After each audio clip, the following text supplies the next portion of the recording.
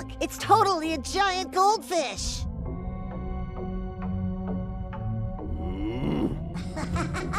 Hey, you giant goldfish. I am not a goldfish. Yeah, you're definitely a goldfish for sure. Don't call me a goldfish, you fool! Before we get started, I just want to allow my guest the opportunity to introduce themselves, basically tell everybody who you are and what you do, and also tell us your top 2 favorite fictional characters and why. All right. Hi, everybody. My name is Kristian Eros. I am a voice actor, improviser, and cat dad. My top 2 characters in all of fiction. Oh my. Okay. They're gonna be so cliche, but like Batman for me. Okay. You know, we talk about. So I might actually be heading off one of your questions early, but like one of my very first inspirations in voice acting was Kevin Conroy as Batman. Back in the 90s, I was young and he was just everything I wanted to be. He was so cool. Although I did not want my parents. I didn't want to be an orphan. Other than that, he's awesome. Not that's his fault. And then another favorite character in fiction. Dude, right now I think it's gonna be between Geralt and Jinwoo from Solo Leveling.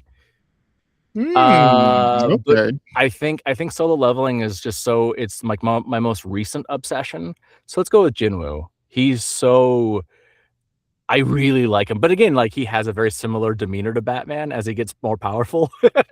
For sure. So you've read the web comic. Yeah, so it's I guess I like the dark, broody types. For sure. Yeah. See, I can't wait. I've been hearing a lot of things about like how deep and how much lore that's going to be in Solo Leveling and how much more amazing scenes that are coming with Jinwoo. So I can't wait.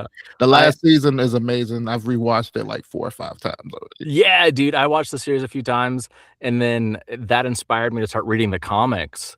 Because I knew that the first part is already finished. I was like, all right, cool. Like I read everything. And then I just saw that the sequel, right? Solo Leveling Ragnarok. It's been put on like permanent like hiatus because the artist has to do his like mandatory military involvement. You know, like he had like in Korea they have like, you know, enlistment mandatories for sure. And so basically for the next 2 years they're not going to write anymore. So I'm just like, see this kind of, and it works out a little bit for him because it allows the other work to basically get animated while he's doing that, and then when he comes back, hopefully he's been thinking about the story, got some stuff kind of plotted down. You know what I mean? It gives him a break because I don't know the difference between web comics versus regular manga when they actually had to write it down by hand, because I think web comics it's more computer generated images. I think if I'm correct. I mean, I don't know. I wouldn't be surprised if there was some digital manga out there now. Like that would just make sense. It's so much more efficient. For sure. But then again, Japan's very traditional. So I don't know. Maybe there is like a strong preference for pen and paper. But yeah, webcomics are generally, I mean, they could do it traditional as well if they wanted to. But yeah, I think digital art is probably the dominant force in a lot of ways, as far as like comics go. Okay. Yeah. See, I've been trying to get a little bit more into web comics. See, I've gotten to the manga, the black and white. It's been hard for me to get into like color manga for some reason. It just throws it off for me. It's a little weird. I've been reading manga since middle school, and I'm 30, and it's been so it's been like 25 years I've been reading manga. And so like the very random like, oh, this one's full color. It just throws you off a little bit. You're like, well, but talking about webcomics though, so I remember, was it last year, 2025, the beginning after the end was coming out as an anime, and people were losing their minds over it. And I was like, okay, cool. Like it sounds like it's gonna be like this big show. And then it came out and people were so disappointed by the animation. And I was like, oh, okay, well, like, I don't really care about all that. And I watched it and there's some really cool ideas. it starts off almost identically to oh gosh, Ten Tensei Mushoku Tensei. It's the one where the main character, it's an isekai, and he's reborn as like this really super powerful mage, but he's like a super big pervert. But like the animation is Yeah. beautiful, so they start off very similarly. Okay. Yeah, but anyhow, the animation wasn't great. I understood what people were saying, and so, gosh, Was it the whole One reason Punch Man bad? uh, no, I don't think it was that bad. I think it was Okay. just generic and cheap, Okay. right? But the reason I'm bringing this up is the webcomic was laid out in a way. This is my first webcomic I ever read. It's laid out in this really cool way where, because it's being made for a vertical screen. Mm-hmm. So, you know, in traditional comics, everything's read left to right or right to left, depending on whatever. But it's like, it's a rectangle thing.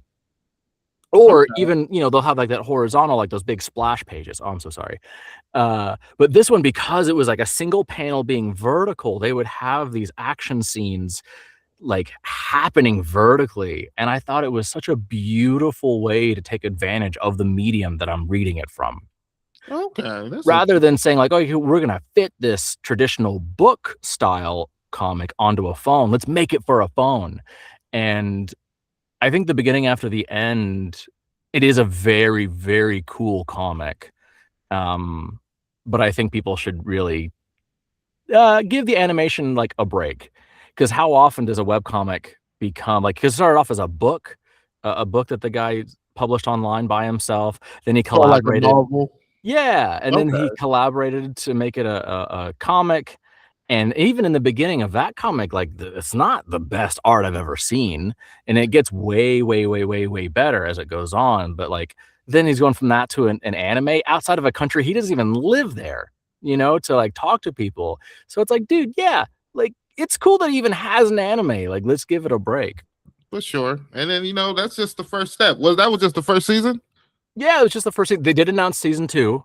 So, okay, hopefully they can ramp it up. Hopefully the popularity and all the fan criticism will get them to want to work on it. I heard that's what they're doing with Blue Lock, because they're spending more time on the next season, because I was so upset with Blue Lock season 2, because I'm like, season 1 was so it was a hit. Yeah, a nice story. That's why I'm like, they showing this at the World Cup for us to get this version of it, and I'm like, and the timing of that was so good too when the anime came out, because it synced up. It was like, oh man, it was good. But then for some reason it's weird to me, because it seemed like there's a lot of projects out that I think like, why aren't they spending more money on this? I feel like this would be a number one thing, like One Punch Man. There's no reason why we get the most beautiful animation for One Punch Man season 1. Yeah, blows everything almost out of the water, and then from season 2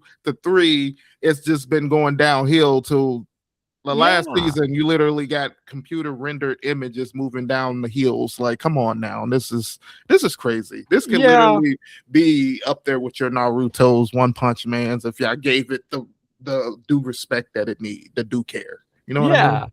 Yeah, that is really interesting. But I even think like Naruto, that quality wasn't consistent either. Like sometimes you'd watch episode to episode and the quality would change pretty drastically. Yeah, but see, it's hard. Would you say that was more from its canon episodes to its filler episodes? Or? No, I remember even in the Pain fight.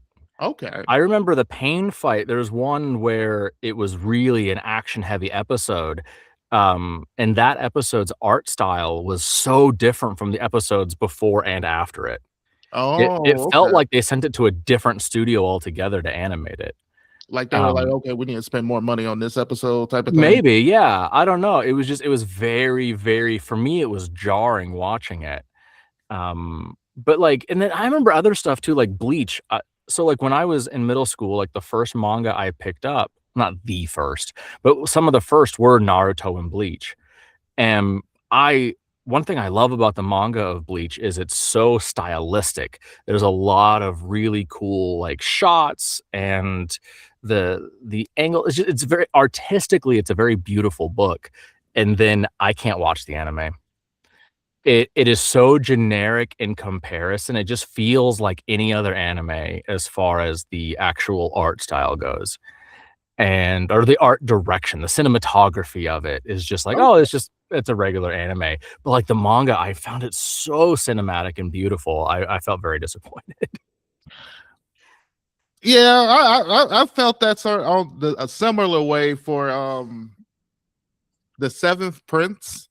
Isekai, because I've read the manga and I enjoy the manga.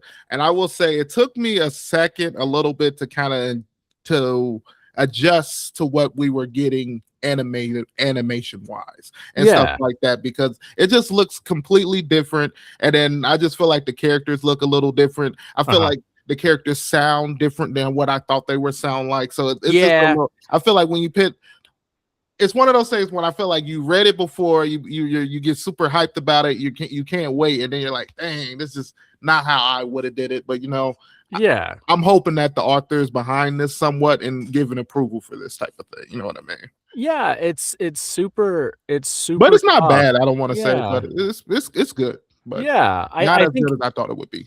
that's really tough because now they're going against the unlimited budget of your imagination. So I totally get how things can't live up to that, where you're like, I'm such a huge fan, this thing in my mind, it's how can it live up to that?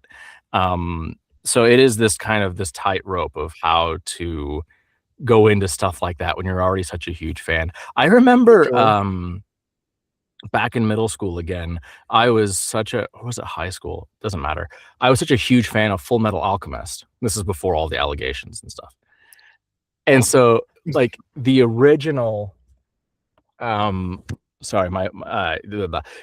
original show, right, where like they finished the show before the manga actually finished, and so they kind of, in my opinion, fumbled the ending. And I remember once I saw the ending, I was like, that is so weird. And I looked up, I was like, oh no, the manga's not even done yet. And then I went to go read the comic, and the art style itself is legitimately different. Like Edward Elric looks different than he does in the original anime. Now, when they did Brotherhood, they made it look a lot closer. And so I wonder if people had that same feeling of like, wait, that's not the same Edward I remember from the first show. Like, what is this? Because I had that going into the comic of like, oh, I don't know. Ooh, did you like Brotherhood better? Yeah. Oh yeah. I think that the only thing that really I remember feeling really weirded out by was the little princess with the panda. Okay. For whatever reason, that character bugged me. But other than that, they have cute moments or whatever. I don't know. Like that was the one thing I was just like, oh, this character couldn't go away. But no, I like the ending way better. I thought it made way more sense. They didn't try and shoehorn a love story from a character we saw for like an episode and a half at the very beginning. Like, oh, he's been in love with Rose the whole time. And I'm like, I don't even remember who this is. What do you mean that he's in love with her the whole time? Like the whole show has been with him and Winry, and now like what? That I couldn't. And then like even the homunculus the homunculi were like, oh, like every time someone gets revived, they become a homunculus instead. Now they're evil. But it's like there's no way that you only have like the 7 sins. Like only 7 people have been revived in the last 100 years. That's crazy. You're a crazy person. Get out of here. So yeah. I like Brotherhood way better. For sure. I can feel that a little bit. But it's funny that we're talking about this, because I literally was just talking and released the video on YouTube with me talking to Shou Tucker from that series. Yeah. And it's so funny because he was like, that's such a small part within that anime, and he's like, he is so remembered for that, like over some of his bigger characters, and I thought that's hilarious. I'm like, you're also Android 17, you're CPA, but Shou Tucker is right up there, and he's not even the main character. It's impactful though. Like you don't your chest, man. Yeah, like you don't need to have a huge, like overarching presence in a thing to be impactful. Yeah. Oh man, I can't even imagine all the comments, people like bring, because there's so much art. I feel like there's been this big reemergence of that instance, right? With the Mhm. daughter and so I'm seeing all these different memes now. So yeah, I'm curious what that's been like. And then you just gotta remind people, like, I just voiced the character, I'm not him really, Oh yeah. That's so Well, crazy. I've been finding so I voice Sir Warp in Dragon Ball Daima, right? Okay. Giant fish, but don't call him a goldfish because he doesn't like it. Um, but for me, that has been like the very first character that I've ever voiced where people are interacting with me, calling me a goldfish. Mm. And I find it really adorable. I think it's super fun. It's not like people aren't being mean about it. Like they want to interact with me in this way. And like you said, I'm not the character. Obviously, I'm not a goldfish, For sure. but I also know that this interaction means something to this person. That is So if I can then reply to them, even just through social media, just be like, I am not a goldfish. Like for me, I know that will at least make them smile. And for me, that's worth it. Like if you want to call me a goldfish, go for it. If it makes you happy. They're not hurting anybody, but I can totally get though, if you're at a con and all day people are just like coming up and like, oh, hey, how dare you with the dog, you know what I mean? But uh, then that's so funny that you bring up Dragon Ball Daima. We might as well just go ahead and jump right into it. all right. So how did it feel basically being a part of that project, and were you a fan of Dragon Ball beforehand? I first watched Dragon Ball before I knew what anime was. For sure. I think like Yeah. most of us. Yeah, I think my very first anime was, what is that one called? Like Samurai. Jack? No, it's actually they're remaking it now. Shampoo? No, it's like Power Rangers if they were samurai. Mhm. Ronin. I don't remember, but I didn't know what that Ronnie Kenshin? was. Hmm? Ronnie Kenshin? No. Oh, okay. I do have that whole series. It doesn't matter. But then like Pokemon was after that pretty shortly, and then Dragon Ball. And I was like, I just don't know what this is. It's just a cartoon, whatever. Long answer to your question of yes, I was a fan of Dragon Ball, and I very much understood its significance, right? Because Okay. especially because, before Daima came out, Akira Toriyama passed, right? And seeing just the impact that this one person had on the globe, right? Crazy. Like they're even talking about like the cartels just in respect for Toriyama, the cartels in South America, like or in Mexico, not South America, in Mexico, just like, all right, cool. We're just gonna hang out today. We're not gonna do anything. We're just gonna lay down and just, I'm like, Lay dude, down their arms? That's crazy. yeah. And I was like, dude, that's significant, right? Like Yeah. it just shows you doesn't matter like where you come from, what your upbringing is, what, like your socioeconomic background. Dragon Ball is relevant. It shows it shows a lot. Like you have, what does it mean to be human? What does it mean to struggle, to be told that you can't do something, to get knocked down, but to keep getting up and going after that thing that's important to you. And other people might find it silly, right? Mhm. But to you, it can be the most important thing in the world. Like that's how acting can feel to me sometimes. Before I found my lovely wife, I remember I was dating in the dating field, and me being an actor was not a benefit to these people, you know? And then I found my wife and she was like, oh no, this is your dream. I will support you in this. This is important to you. And you're important to me. So of course I think it's important to you. And that, that kind of support means a lot. And so to see that in a fictional character, to be like, dude, people are going to think that you're silly. But you do what makes you happy. So all that said, how did it feel for me? I was over the moon. Absolutely over the moon. I did not think I was gonna get any kind of part, but then to get a part that is, I know that Sir Did Warp you know doesn't have. what you were trying out for? Oh yeah, kind of, kind of. So it was very, very hush hush. You know, when we get auditions, they'll say on the forms like, "Hey, this is confidential," and if those scripts get out, they have a way of tracking where they came from, right?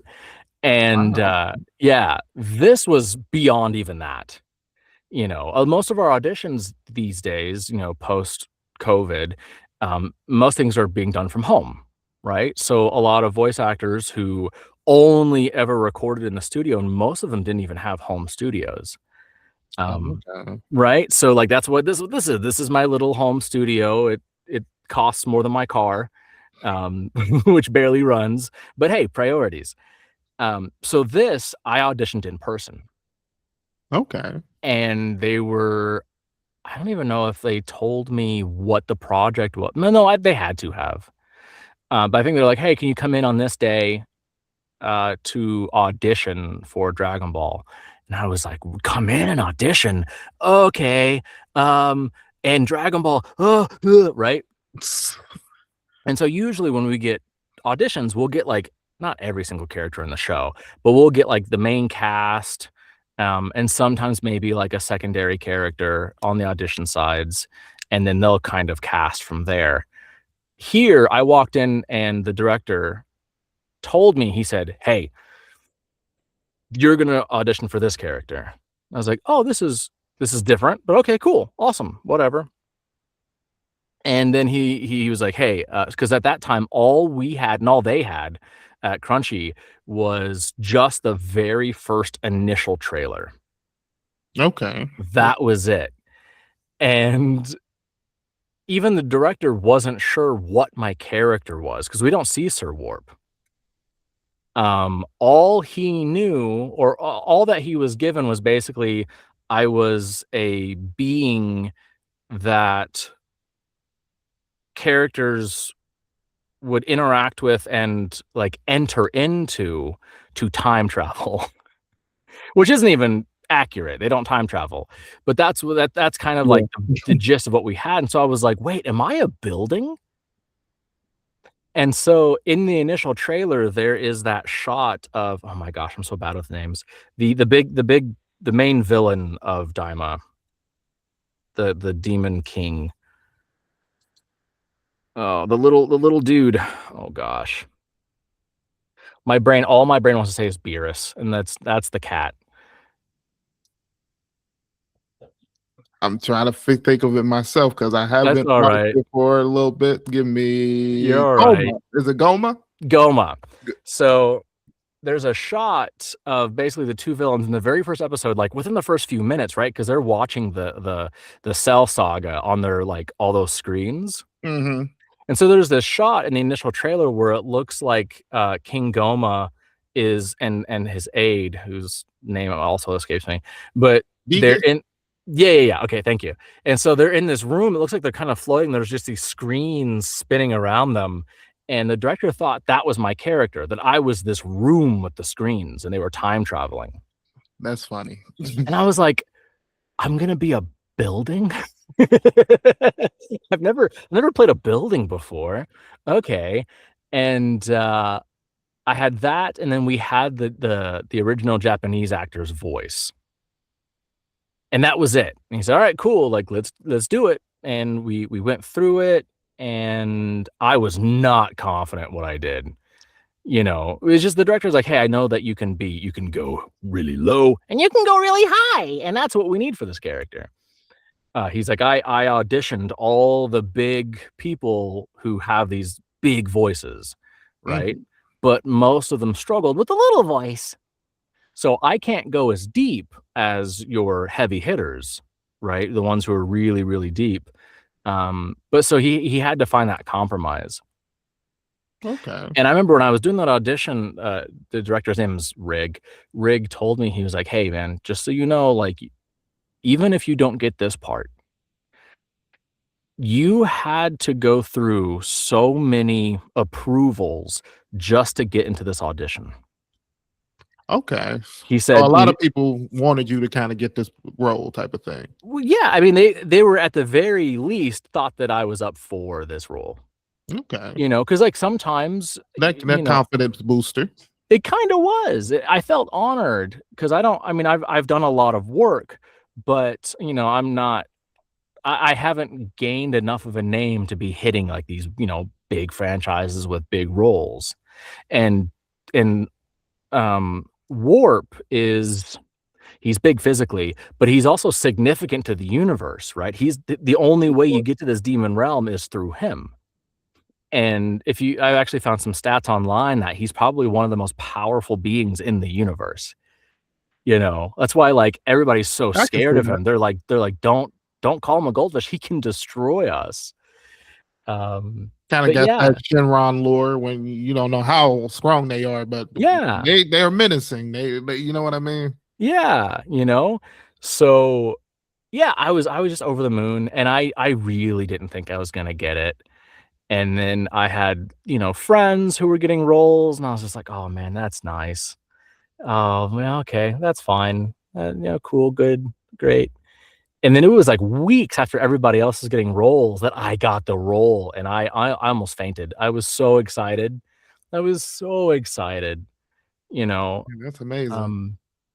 Yeah, it was just fun. I got to go in there, and he has that. He's very Dragon Ball.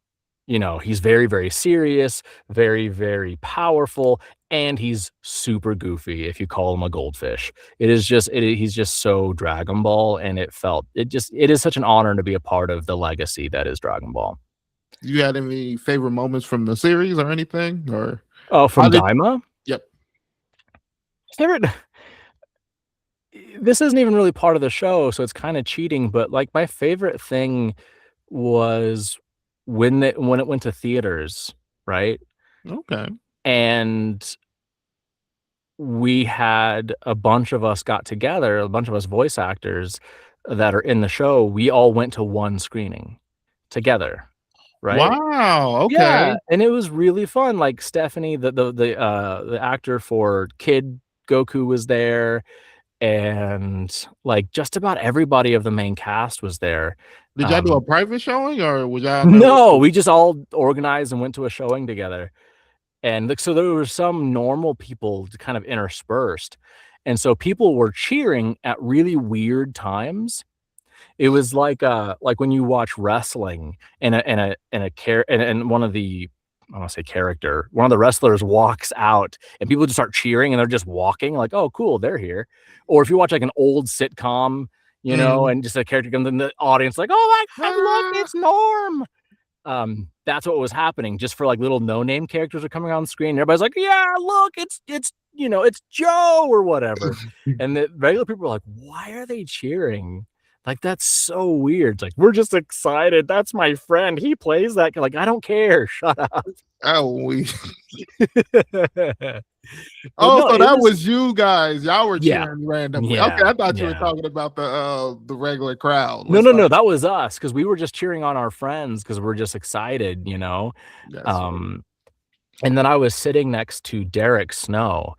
Derek is he's Shinra from Fire Force, and yes, I love 100 other things. He's very, very talented, and so he was sitting next to me, and the dude's so funny. And so just him like kind of poking holes and making fun of it. And when his character popped up on screen, he was like, this guy sucks. It was very enjoyable for me. And if I remember correctly, because did you get to listen? Y'all got to listen to the English dub, right? Yeah. So in theaters, it was the English dub for the first 3 episodes. Okay. So I had already seen episode 1. Because I sat in with the director for one of the mix reviews. So they watch the whole thing, make sure they don't need to re-record anything or whatever. And the director let me sit in and watch. Oh, that's and so yeah, I got to hear myself as Sir Warp. Very exciting for that, which is why he let me sit in. And then getting to see all the what happened after that in the theaters was just a very cool experience. Yeah, because if I remember correctly, if you were watching this like when it was coming out, it took a minute before the dub came out. Yeah, it did. It was and I recorded that stuff months before all that. Like months before the Japanese dub came out, definitely months before the English dub came out. So it was really painful for me personally, being like, come on.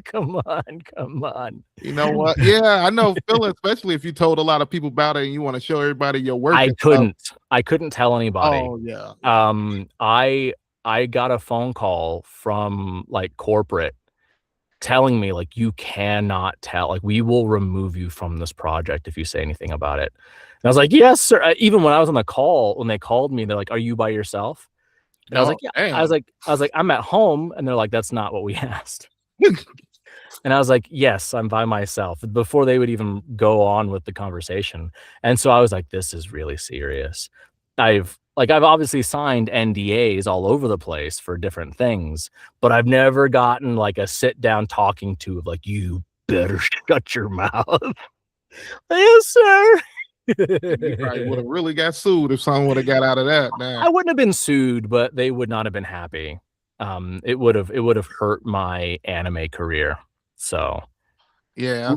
Luckily, I know how to be like quiet. Connections too, ain't it? Yeah. So you mess up one thing, it's like, oh, that's getting someone. He gonna tell that person. Yeah. Yeah, and it would take me a long time to rebuild that trust.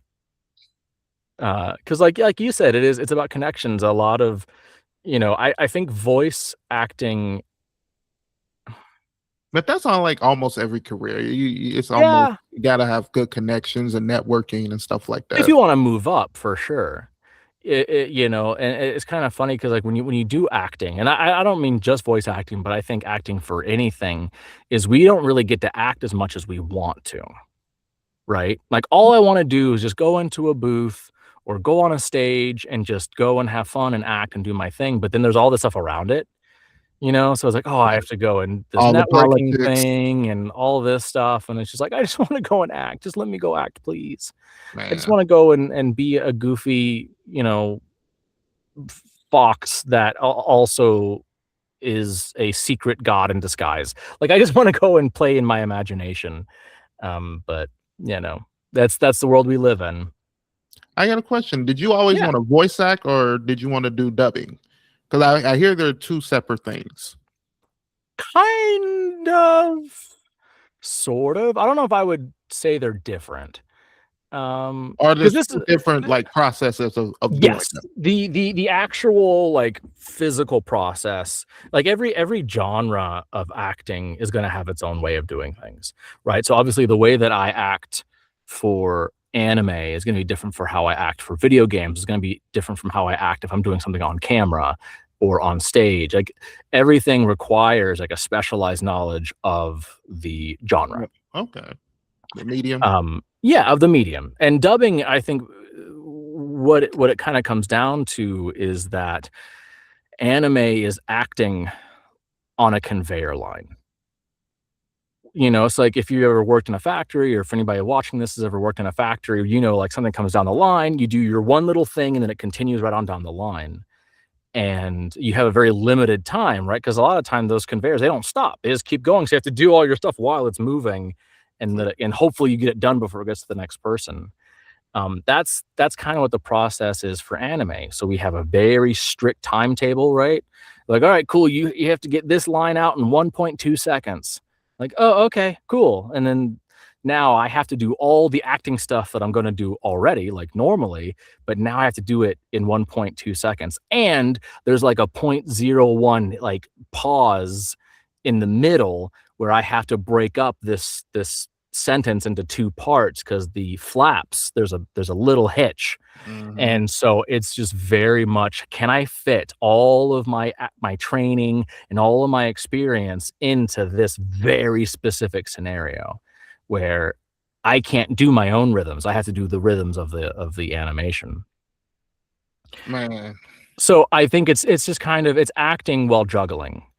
And some people find it really, really difficult. It can be very limiting, but I think you also get some really cool moments because you're so limited. So your original question is, did I always want to be a dubber or an actor? I knew I always wanted to be an actor. Well, that's hard. I've always been passionate about acting. Can I change the question? Yeah. So more like, did you always want to be dubbing in anime or like voice acting in cartoons? Like, which way did you see yourself basically going first? I don't think I even considered being an anime dubbing artist. Okay. Until I moved to Dallas. I'm from Indiana originally, and I moved to Dallas and then found out that they recorded anime here. Okay. And by that point, I'd given up on my dreams of being an actor. And I was trying to live like a normal life and just be a normal person, and I hated it. It was just miserable. And so I was like, you know what? Like, this is a dream. This can get me to where I want to be, which is probably more video games and Western animation, right? For sure. Then I made anime a goal. Not the end goal, but like a goal. So yeah, but now that I'm doing it, I love it.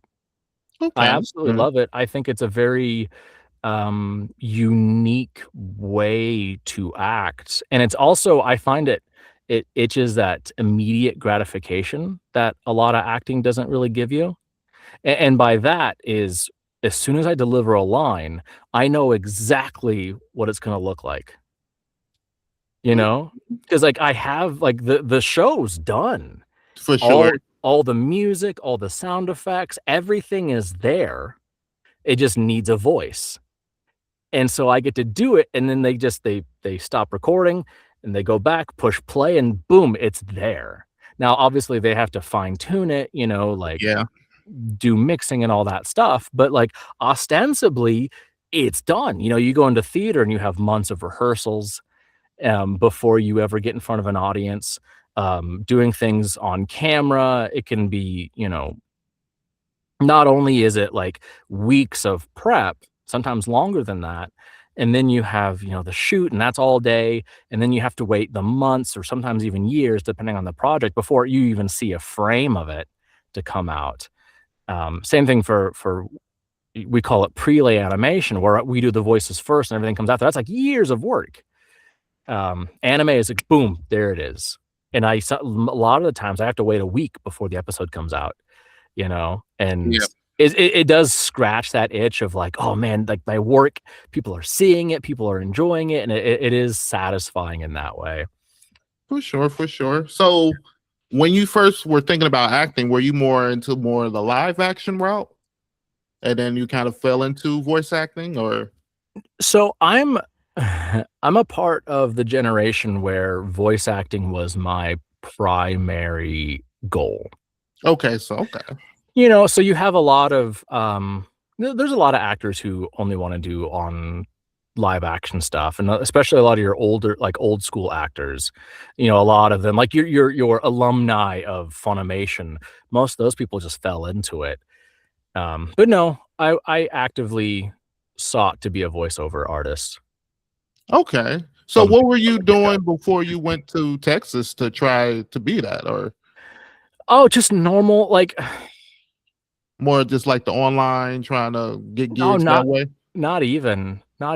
It was I had fully given up the idea of being an actor. I thought the only way I could be an actor in the way that I wanted to be an actor was to move out to LA.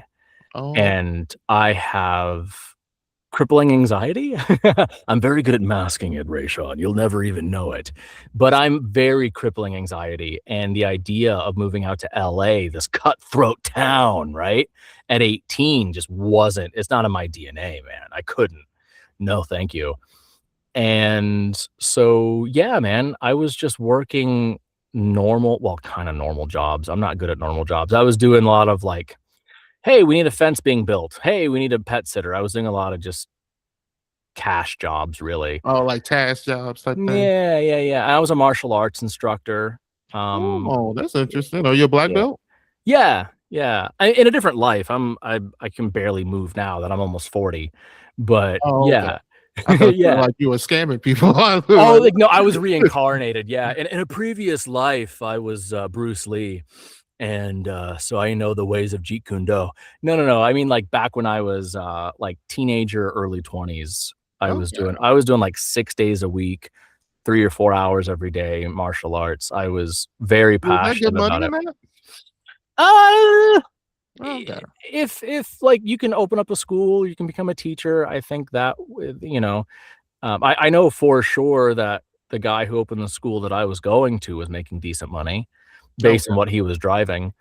Um, but other than that, the only real way to make money is if you want to go to the Olympics, and even that, like Taekwondo sparring doesn't get a whole lot of juice in the Olympics. And then, a lot of people will go and be like stunt coordinators and stuff like that in Hollywood. Okay. But I none of thought that was you ever my said like it goal. was I like just a love underground fight ring or something. I forgot about the actual fighting. See, 'cause that's the thing too, because like I'm not even when I did martial arts, I'm not a fighter. I like the artistry of it. I love doing like Oh, the okay. forms or the kata or whatever you want to call it. And like I did taekwondo, I did kung fu, I did tai chi. I love the So weapons do you feel like training. you could have defended yourself though? Eh, uh, like Or you think you just would have looked good doing the moves that was kind of it. Like I could do a really powerful kick, but I don't have that like killer instinct, to you pull it know. off? Well, like I could pull it off, but like in a fight, I'm gonna freeze. I'm gonna be like, "Oh, no, don't touch me." Now, I have reflexes that will happen without me really thinking about it. Not anymore, but I remember my brother-in-law. I've known the guy since I was like 2 years old, and he used to get me in these like locks where he would take my pink. I don't know if you can really see this. I'm so freaking white. Where he'd take my pinky and he'd like push it kind of into itself. It hurt. It was paralyzing. And he's a big dude, thought it was funny. And so I'm like 17, I think, and I just got my very first black belt. And he goes to grab my hand to do this lock, just he's my brother. And I turned on him and I put him into a lock. And it kind of happened without me really thinking about it. I was just like, I was training so much. And then he tells me this years later. He's like, yeah, I never mess with you again physically. He's like, I was scared of you and you were half my age. I was like, okay. Well, that's when when the little brother show you that you can't be messing with me no more. You know Not, what I dude, mean? not Like, anymore. Like 6 days a week, 3 or 4 hours every day, sometimes more. Like, dude, I was pretty honed in as far as my instincts were going. But if it was a real like, let's fight, I'm gonna kill you. I'm like, no, don't, please, no. that's funny. That's funny. Just want to jump and give my two favorite fictional characters real Oh, quick. I'm so sorry. I should have asked you. No, you're good. You're good. We kind of got into discussions, and I just wanted to make sure I said it before we lost path for low key. Yeah. Oh my gosh. So for my first one, I want to choose Goku. I mean, everybody know I'm a huge Dragon Ball Z tard. I mean, love Dragon Ball. It's probably the first anime I ever saw that really got me into anime. It just gives me so much spirit type thing. For my second one, I chose Shoyo Hinata from the anime Haikyuu. Dude, I love Haikyuu. It is so amazing. I've been trying to get more people into sports anime. I know it's a niche within a niche, but yeah, you guys definitely got to try it out. I never thought I would get so much, like the same amount of energy that you get from watching like a shonen anime from like a sports anime, and then the storytelling, and then the singing this character. It just he's a very well driven character, and I just love the anime. I love how the whole team works and everything. I love Haikyuu. I like Haikyuu was my gateway drug into sports anime. That's amazing. Yeah, and so from there, I remember like Kuro's basketball, like that's Dragon Ball on the basketball court. Man, they all had their superpowers.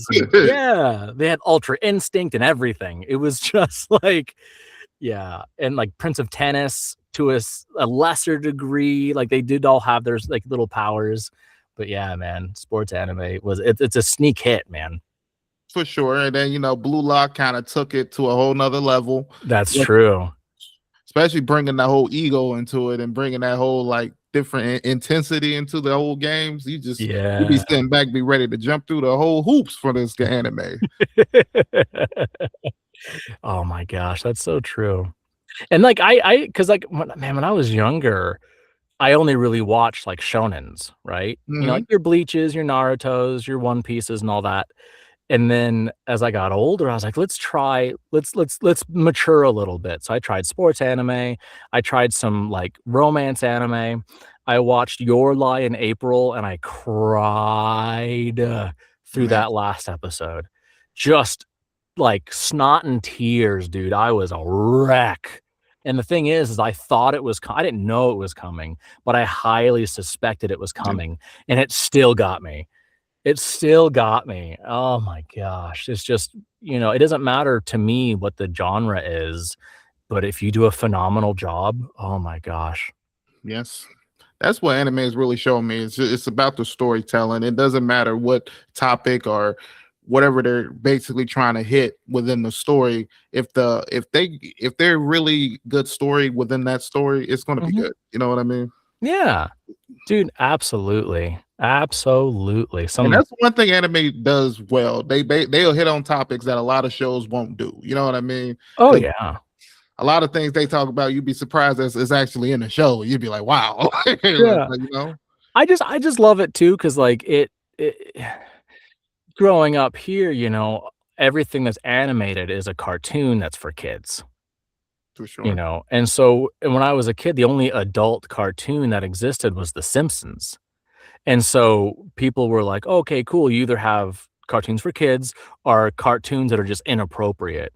And so anime, that's what they would think. Like, hey, this is either for little itty bitty babies or this is inappropriate. No one should be watching this. And I remember it took my family a long time to really understand, like, I mean, most of them still don't. That just like how vast this genre is. For sure. Like for me, it's not even a genre. It's a medium. Like this is just how they tell this story. But like when I'm reading a book, words on a page, I'm always imagining it as an anime type of thing. Yeah. Always. I think my brain is just an anime at this point. You didn't watch so much of it. That's how I always felt when I first watched Dragon Ball. And I was like, how I felt like I pictured things in my head was how this show was showing it to me. And I was like, this is what I'm be talking about. Like, this is what I'm saying. That's the first, when I first watched Dragon Ball Z. But we're going to go ahead and jump right into our interview. Yeah. One of my first questions I wanted to ask you is basically, you were in one of my favorite anime, My Hero Academia. I think the last season. I'm in a few seasons, but I did get a named character in the final season. That's right. Yes, you took over for David Wald, right? Is this kind of after all that controversy he had with the studios and stuff like that? Yeah, it's not a way I would have liked to get a named character. But yeah, that is indeed what happened. Basically, it's funny, when I was first called in to do that, I was just told it was going to be a voice matching. Oh, okay. So I thought that somebody else got the character and they just couldn't record that day. So they're like, all right, cool, let's get, because I've done that before. I voice matched for other actors who were sick or were just out of town for whatever reason. And so, like the machine keeps going, we need to continue on. So they'll get voice matching in. And then I literally do the whole session, and then I'm leaving the studio and the director's like, hey, by the way, this character's yours. And like, I almost fell over. And I was like, you're a jerk. I didn't say that. But also too, it was kind of nice because I didn't have that pressure of like, I need to get this right or I'm not going to get the role. It was, hey, it's voice matching. Okay, cool. Like my name won't even be in the credits, and they'll record over it later, So they basically just wanted to make sure your voice can match type of thing before they try to give you the role. Yeah. And also that way there was no pressure of like, you're up for this role. It was just like, yeah, you're just coming here to do another day's job, another day's work. And then, it shocked me. It completely shocked me that I got this like legacy character in the series. Were you surprised about getting that character, or were you watched Oh, the yeah. series before? Or Oh, so My Hero, like before Solo Leveling, I would have said that My Hero was my number one anime. I adore. and we're Like, talking first, about the character Real Steel, just so everybody kind of knows. oh yes, Tetsutetsu. For those in the know. But yeah, man, like I felt because like I love superheroes. I grew up on Batman, Spider-Man, Superman, all that. And so to have this like superhero take inside of like the anime lens perspective was so interesting to me. And then just the mystery of Deku's powers and All Might. And I really felt like that story was crafted for me specifically. And that's how I feel about like Solo Leveling too. I feel like this is made for me. It just matches my interests so well. So yeah, I was a huge fan and I was over the moon. I remember the very first time I got to work on My Hero was for an OVA. Oh, you remember Yeah. what season that was, or? Oh gosh, I really don't. But it's the one where the bad guy, his power is to make everybody laugh basically until they die. And I played like I did a lot of laughing in that session, so much laughing. And I played just some regular people, and I played a cop who was like, freeze, and then he just laughed until he died. But I remember, dude, I got that, and I was pretty new. I don't think I'd even been with, were they still Funimation at the time?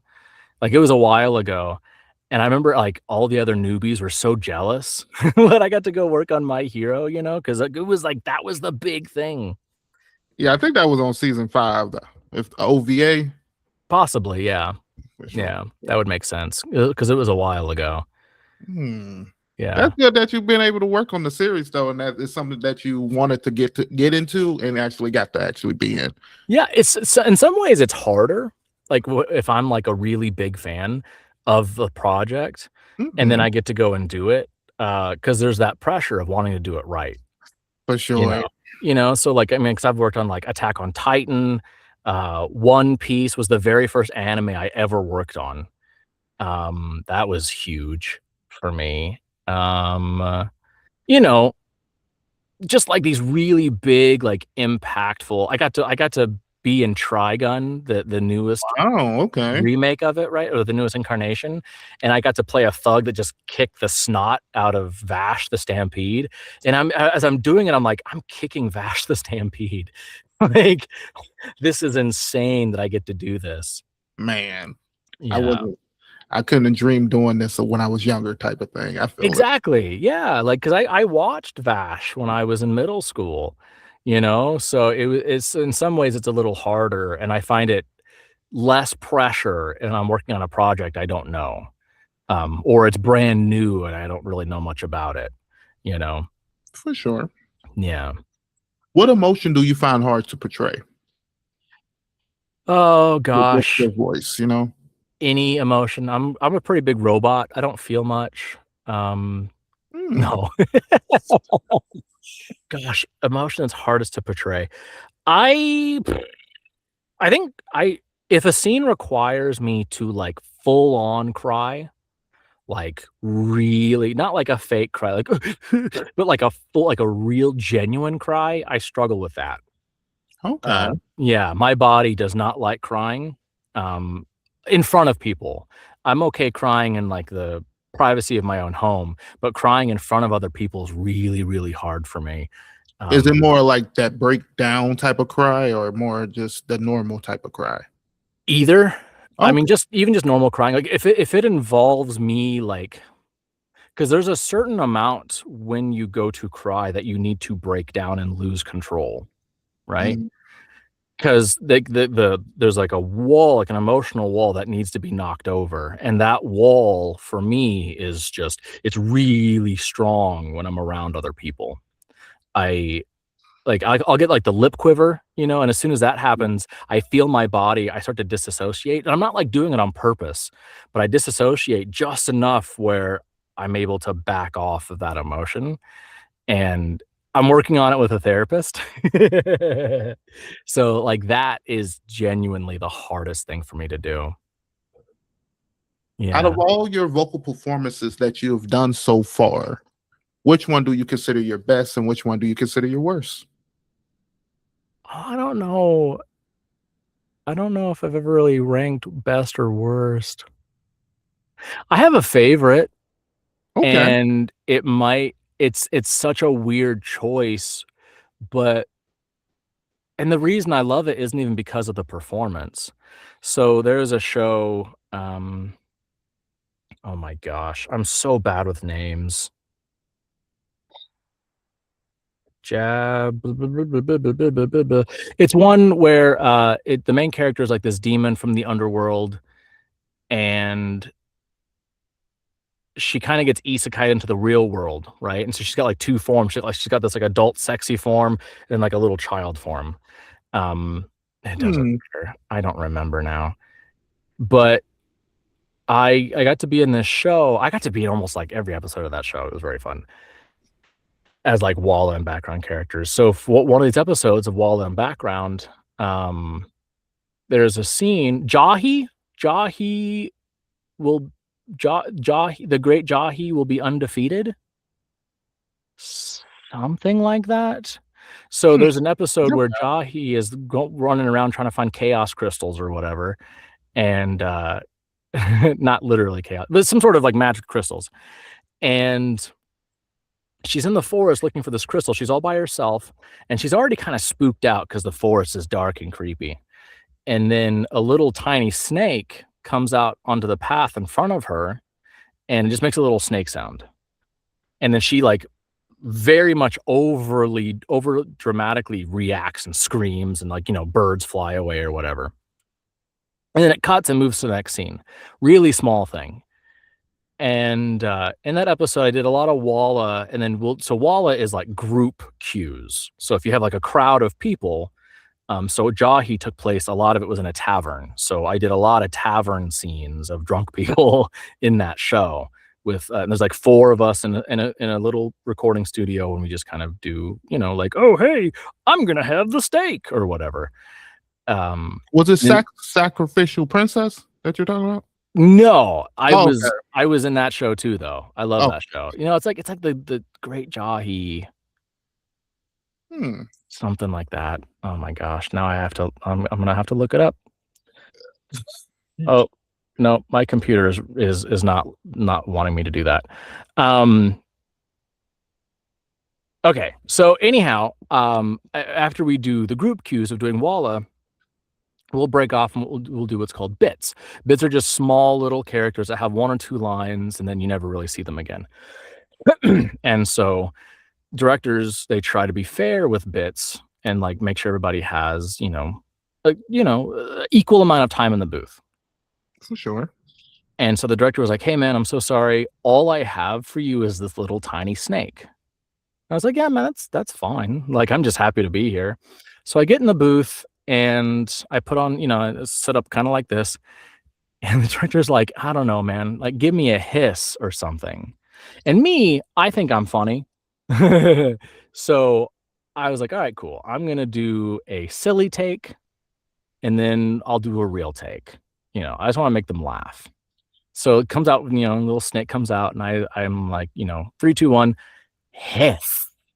Just, being real sassy about it. And dude, it's dead silent. They stop recording. It's dead silent. I was like, oh no, I just got fired.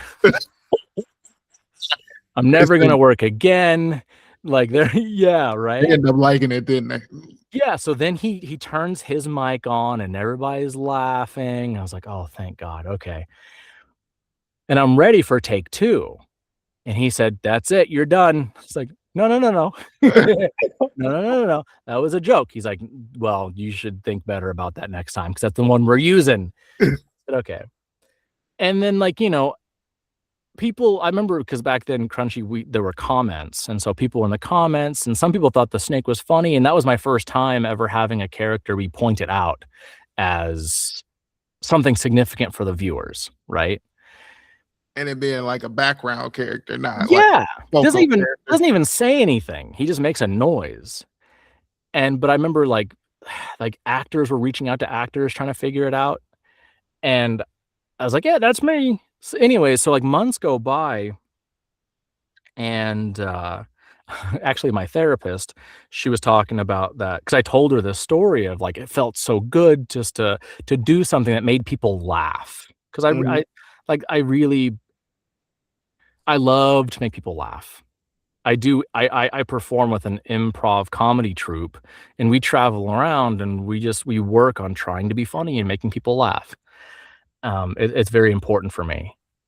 Okay, okay. So just having that kind of interaction, it felt really satisfying. I felt like I was doing something valuable of making someone smile, you know? And anyway, so like months go by and she's like, "Hey, so I want to tell you something." I was like, "All right, cool." She said, "I have a friend who is a professional cosplayer. And this past weekend, her husband and I were at this convention together and we were passing out flyers for a cosplay show that my friend was hosting." So, okay. And she's like, "I don't remember exactly what happened, or I didn't see what happened, but apparently like the cosplayer friend had an interaction with a convention attendee that made her sad. Like they were rude or they said something that was just not nice. She's not sure, but it made her sad. And so her husband walks over to her and just says, "Hiss." And she smiled. And my therapist was like, "Hey, what was that?" And they explained, "Oh, we were watching this show and this little snake comes in the road and it hisses and it's our little in joke now." And when she shared that with me, like it made me emotional. And like, dude, all I did was I was just being a goofball. I was just trying to make people laugh, right? And then being told that I made someone smile when they were sad. Yeah, you never know how much power your creation can have with over people. Yeah, and I'm getting emotional just thinking about it because like that's what I want to do with my acting. Like I want to connect. I want to make people sad make people like smile when they're feeling sad. You know, I want to be able to portray these characters that people can connect to, and maybe they don't feel so lonely. For sure. You know, like I'm not looking for fame or money, but if I can change someone's outlook and maybe they don't feel like everything's so bleak anymore, you know, like I wanna play Goku characters because They're inspirational. it's inspirational, but, like, I was a kid once, obviously. When I was a kid, dude, I was a lonely kid, and fiction is where I felt my human connections. You know, I remember I remember just reading Naruto by myself and just wishing more than anything I could just be Naruto's friend, you know? I feel like And yeah, and the so character going through loneliness, so you actually dude, seeing that. I feel that. he Naruto for me is really quite significant in because of that. And, so yeah, for me, it was just it was that. It was the fact that I made someone smile when they felt hurt. And, like, that's all I wanna do, man. So that was like that's my favorite. Again, as far as the performance goes, wasn't my favorite performance, but it's my favorite moment. It Um, was my impactful worst for you type of thing? yeah, that's exactly it. Yeah. As far as least favorite, probably everything else. That's not true. Okay, here's one. This isn't anime. This is for a video game, a mobile game called, oh no, Christian, why have you forgotten every Path to Nowhere. Mhm. Path to Nowhere. It's a mobile game. And I will do a lot of voices for they'll have, like, these videos they put out on socials or on YouTube mostly, and I'll do a lot of voices for those, and so one time, the studio reached out, they said, "Hey, we have a singing duck we want you to do." I was like, "Oh, dude, I don't know if I wanna be a singing duck because 'cause I'm not super confident in my singing skills. Like, I sing okay, but I'm not, like, a professional singer. And they're like, "Dude, it's a duck. Like, you'll be okay." And I was like, "Okay." So, and they sent me the words, I just had quack, but they sent me the original Chinese song, and, like, I'm pretty familiar with, like I love music, so I'm pretty familiar with, like, how music, like, the melodies, like, how we do things in the West and scale progressions and all that kinda stuff, right? Mhm. The Chinese music comes from a very different place, not only geographically, but, like, where it sits inside of music. They'll go through notes that we in the West we don't do that string of notes. And I remember just really struggling just to get the notes right. Um, and so I'm practicing every day. I'm just saying quack. I'm feeling ridiculous. And I get into the session. And so for these, I have a director and engineer in LA. And then there also on the call will be one or two folks who work on the Chinese in the Chinese studio that work on the game. And All of working the opinions in that one room, yeah. yeah, and then too, you have the different cultural differences. So, like, I've worked, not on this game, but different game, same LA studio, different Chinese studio, where I was doing a video game and I did a thing that the Chinese studio said, "Oh, we don't really like that." And so I did it again, and then the English director asked the Chinese director, like, "Hey, was that better?" And there was a gap, and they just said, "No." And dude, I had to mute myself. I thought it was so funny. Oh, So week. now that I have this experience, I know if I do a bad job on this song, like just that Asian culture, they're gonna tell me it's bad. And I'm already feeling insecure about this song. So I did it like almost 10 times. And partway through, the Chinese studio was like, "Hey, do it as an opera." I was like, "Dude, I don't know opera."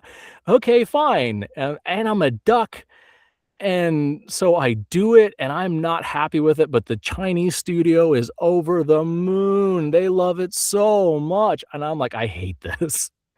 I hate this. This is awful." And yeah, that's what they ended up using in their video. Wow. Have I you know. re-listened to it? Oh, yeah. Oh, yeah. Do you still It's hate it, or do you oh, have I you still learned hate to it. like it? Oh, Oh, no. It is not. But again, it's just a little cartoon duck. It doesn't need to be perfect, but it kills me. all right. Well, we're winding down to our last two questions. Alright. For my second to last question, I want to ask you: is there anyone you want to shout out for being a good support system for you over the years and has helped you get to where you're at, and why having a support system is good? That's a really good question. I Well, mean, first and foremost, my wife, like, she met me when I had no work at all, okay. and being a pro was still a dream, and she was with me when I made that transition, and she's been with me through all the tears and the heartbreak and all the victories and the cheering, and That's good. hasn't given up on me. And then my oldest sister and her husband and their kid, um, before so I moved out to Dallas just to be around them.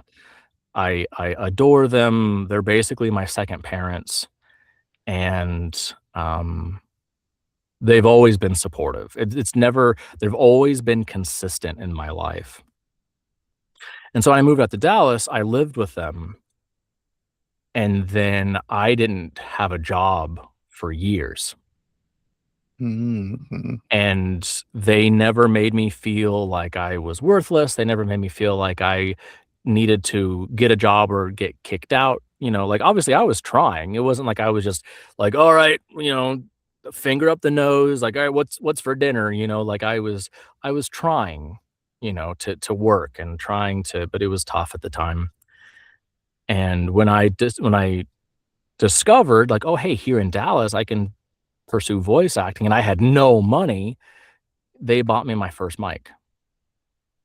Wow. Okay. Yeah, and so this was like, gosh, like 15 years ago, like when I moved in with them, and, a few years went by, and then I discovered I could pursue this dream again. And, yeah, without their support, I wouldn't be here at all, you That's know? great. So, It's good to have people to believe in you and willing to yeah. help you. You know what I But mean? but, like, to the rest of your question, like, why is it important? Dude, it's if you like, obviously, there are some people who they have so much self-belief that, if anybody tells them no, they're gonna say, "Hey, watch me, I'll prove you wrong." I am not that way at all.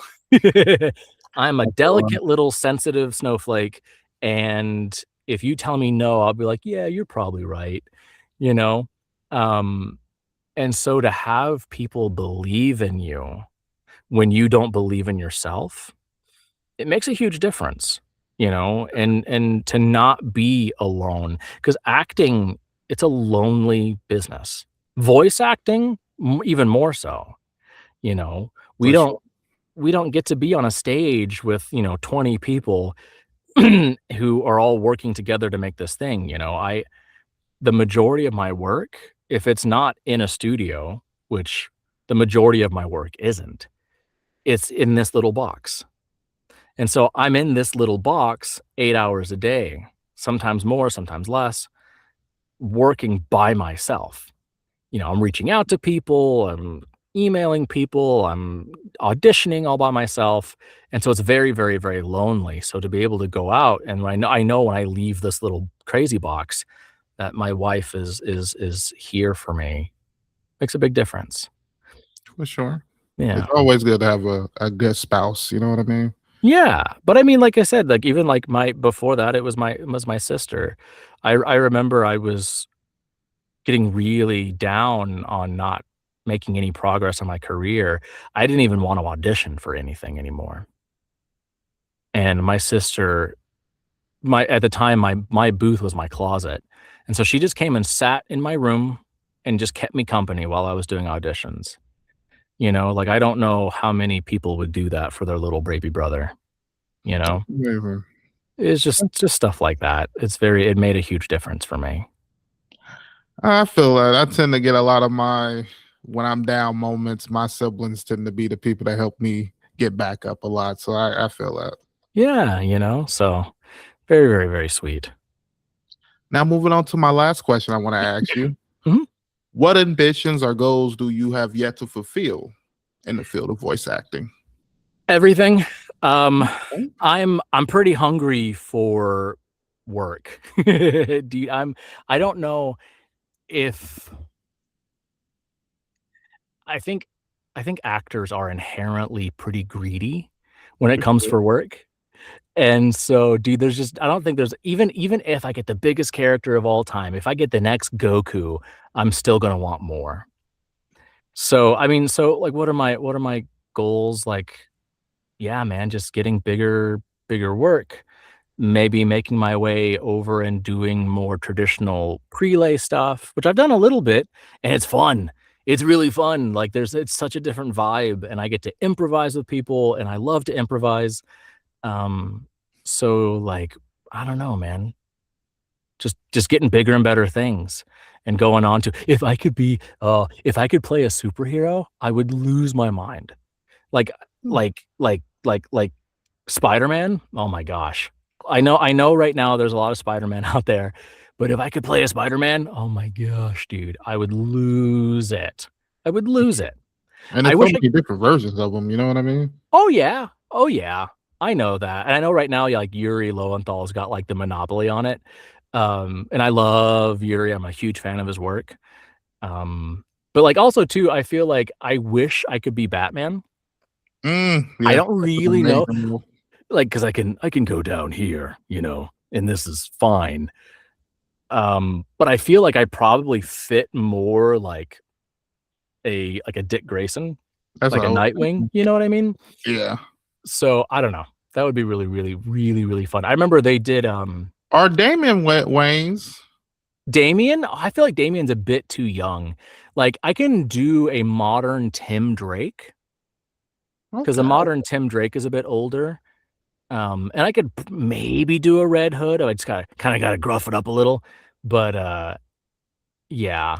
I remember they did a Suicide Squad anime last year. I wanted to be in that so bad, but it was recording out of a completely different studio that I That don't was have the a connection. Isekai thing they put out. Yeah, I remember that. Yeah. So, but yeah, to be a superhero, I think is like the pinnacle for me. For sure. Also, too, and this isn't anything like this is a weird one, but like I don't do impressions. It's not like a thing that I do. I can't do it. But I can do a decent Solid Snake from the David Hayter days, from Metal Gear Solid. And so like I really want to use that voice in something project. at some point. Yeah. I remember I saw a couple of years ago there was this game on Steam that was kind of a parody of Metal Gear Solid, and so they had like a silly Solid Snake, and they were trying to do the David Hayter voice, and I was like, oh man, I could have done that. Like, so it would have been so fun. That's amazing. Hopefully you find a project that allow you to use that. I hope so too. It actually got so bad because I was doing it just for fun so often that anytime I kind of went low, I started to talk like Solid Snake, and I couldn't stop doing it. That's hilarious. Yeah.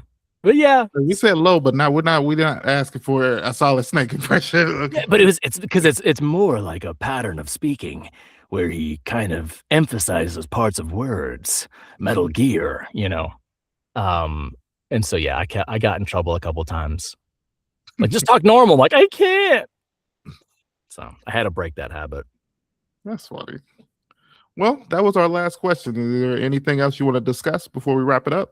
Yeah, if we could talk about the DAO for a moment. No, I'm totally. Well, you're gonna have to lead the conversation. I don't know much about that, but me neither, dude. I barely know how money works. It just kind of like shows up and disappears. For sure. I mean, every day I feel like they tell me how money works because, man, the way I thought it worked, that's never how it works. Oh yeah, man. I swear it used to cost more or be worth more. It doesn't really seem to go very far. I remember I used to get a quarter as a kid, and I'm like, oh, I'm eating for a week, so. You look really good for your age because I don't think you look that much older than me, and that quarter never done that much. Well, I mean, as a little kid though, like, I mean, obviously I'm not gonna eat for a week, but like I could go get like a whole gumball, and that's awesome as a kid. For sure. And now it's so funny nowadays. I don't even think I would want to even get a gumball out those machines anymore. Oh no, no. I couldn't even think about it. No, but like even too, like things like my wife and I went to an arcade as part of her birthday, and every single token to use their machines was $1. And I was like, what? Last time I went to an arcade, they were like quarters. It was like a coin for a coin. Dude. And so like now I'm being charged 4 times as much for a single token. Ugh. So I didn't get as many tokens for my wife as I was hoping to. You can't really afford to. I know, dude. I was just like, I was like, okay, here's $20. Let's go. 20 tokens. Yeah. So you'd be a little bit more selective, you know what I mean? Yeah, I thought I was gonna like make it rain or make it hail, I guess. Like, here, baby, here's all the coins. Have fun. Okay, here's a little handful. So man, it's a little different now because a lot of places I go to now, you basically got to spend like $20 to get like a unlimited tokens for a period of time type of thing. That's what they're kind of doing a lot of places now. Well, not where we went. They were Every single dollar, man. They was trying to rack up, and then depending on the games you get out there, it's easy to get that money. You know what I mean? Yeah, some of these things were like 5 tokens.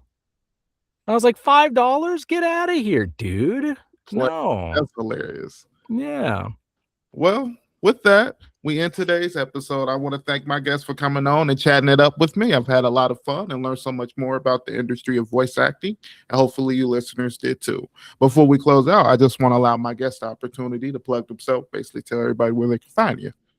Great. So I'm on social medias at the Kristian Eros. It's not spelled like how you think it is. And then what I have things coming up. I'm doing a signing in April. I think it's like the 21st in Louisville, Texas, which is just north of Dallas, at the Vista. Mm-hmm. And then I have an improv show on the 27th of April, which will be really cool. It's going to be at Dallas Comedy Club. Okay. And then I will be at SciFaCon in Louisiana. I don't remember what month that is. That might be June. Maybe I'm going out too far. But yeah, man, I got stuff coming up. If people want to follow me on social media, I'll be posting. I always post if things are coming up, if I'm going to be somewhere. Yeah. I think that's about it for now.